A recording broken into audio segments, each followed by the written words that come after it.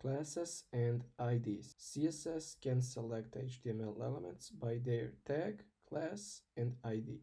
CSS classes and IDs have different purposes, which can affect which one you use to style HTML elements. CSS classes are meant to be reused over many elements. By writing CSS classes, you can style elements in a variety of ways by mixing classes on HTML elements.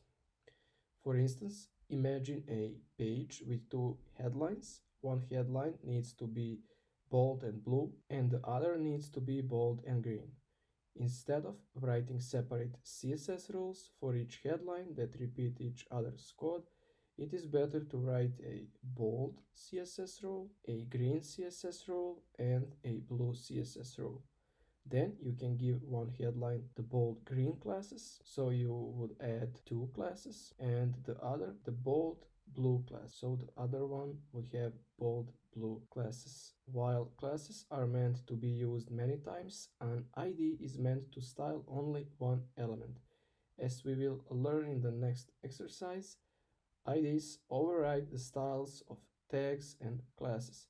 Since IDs override class and tag styles, they should be used sparingly and only on elements that need to always appear the same. Let's see, on line 13 of index.html, there is an element that displays the time the article on the page was published. Okay, right here, age 6 element. Add a class attribute with a class of publish time.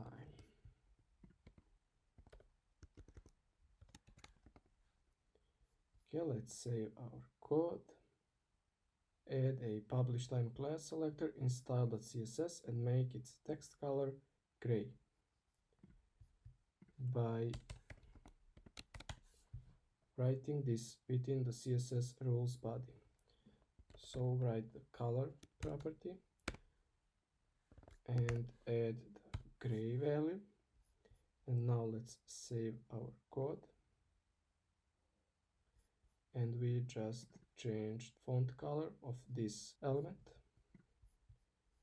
It is the h6 HTML element. Okay, this should be all for this exercise. Let's proceed to the next one.